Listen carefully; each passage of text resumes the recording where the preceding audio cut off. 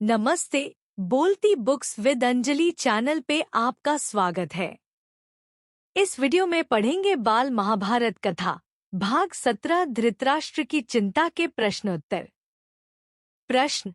धृतराष्ट्र ने विदुर से पूछा, पांडु के बेटे और द्रौपदी कैसे जा रहे हैं? उत्तर। विदुर ने कहा, कुंती पुत्र युधिष्ठिर कपड़े से चेहरा ढके हुए हैं।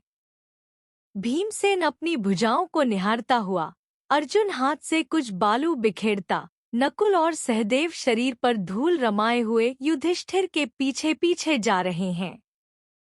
द्रौपदी ने केशों से मुख ढक लिया है और आंसू बहाती हुई युधिष्ठिर का अनुसरण कर रही हैं। प्रश्न।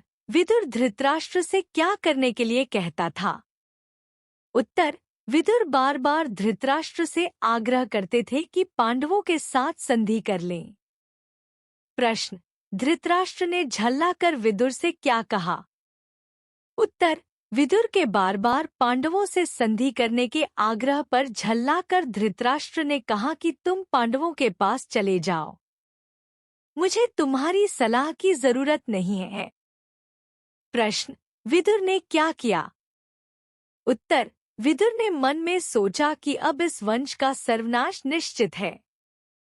वह अपने रथ पर चढ़कर जंगल में उस ओर चल दिया जहां पांडव वनवास का काल व्यतीत कर रहे थे। प्रश्न। धृतराष्ट्र किस बात से चिंतित थे?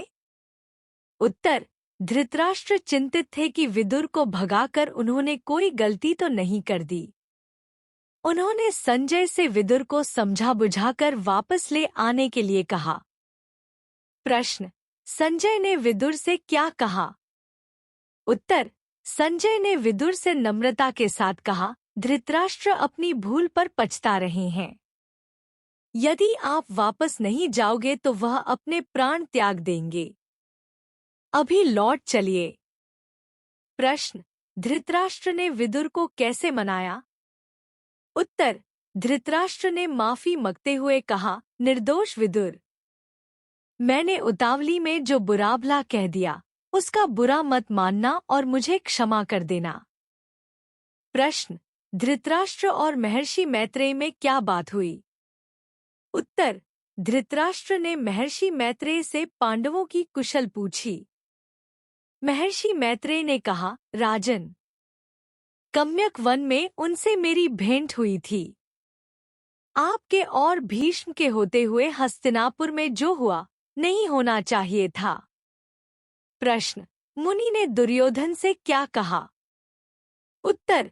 मुनि ने दुर्योधन से कहा, राजकुमार, पांडवों को धोखा देने का विचार छोड़ दो। उनसे वैर मोल मत लो। उनसे संधि कर लो, इसी में तुम्हारी भलाई है। प्रश्न। दुर्योधन ने क्या किया? उत्तर। जिद्दी व नासम दुर्योधन ने उनकी ओर देखा तक नहीं, कुछ बोला भी नहीं, अपनी जांग पर हाथ ठोकता, जमीन कुरेदता, मुस्कुराता हुआ खड़ा रहा। प्रश्न। महर्षि ने दुर्योधन से क्या कहा? उत्तर। दुर्योधन की ढिठाई पर क्रोधित होते हुए महर्षि ने कहा, दुर्योधन, अपने घमंड का फल तुम अवश्य पाओगे। प्रश्न।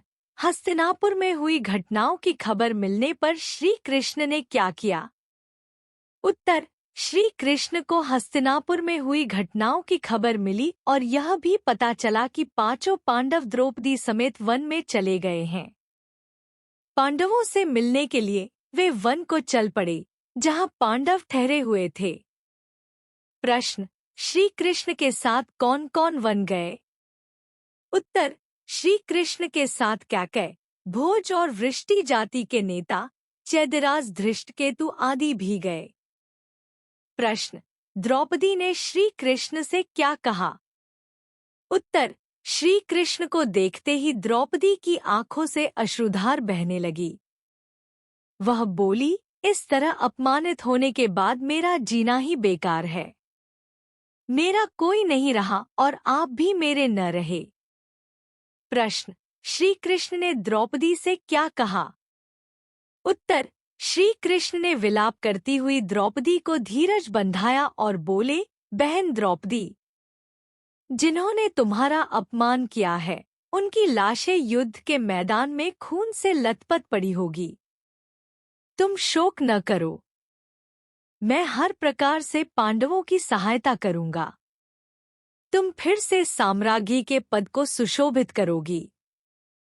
प्रश्न, धृष्टद्युम्न ने क्या कहा?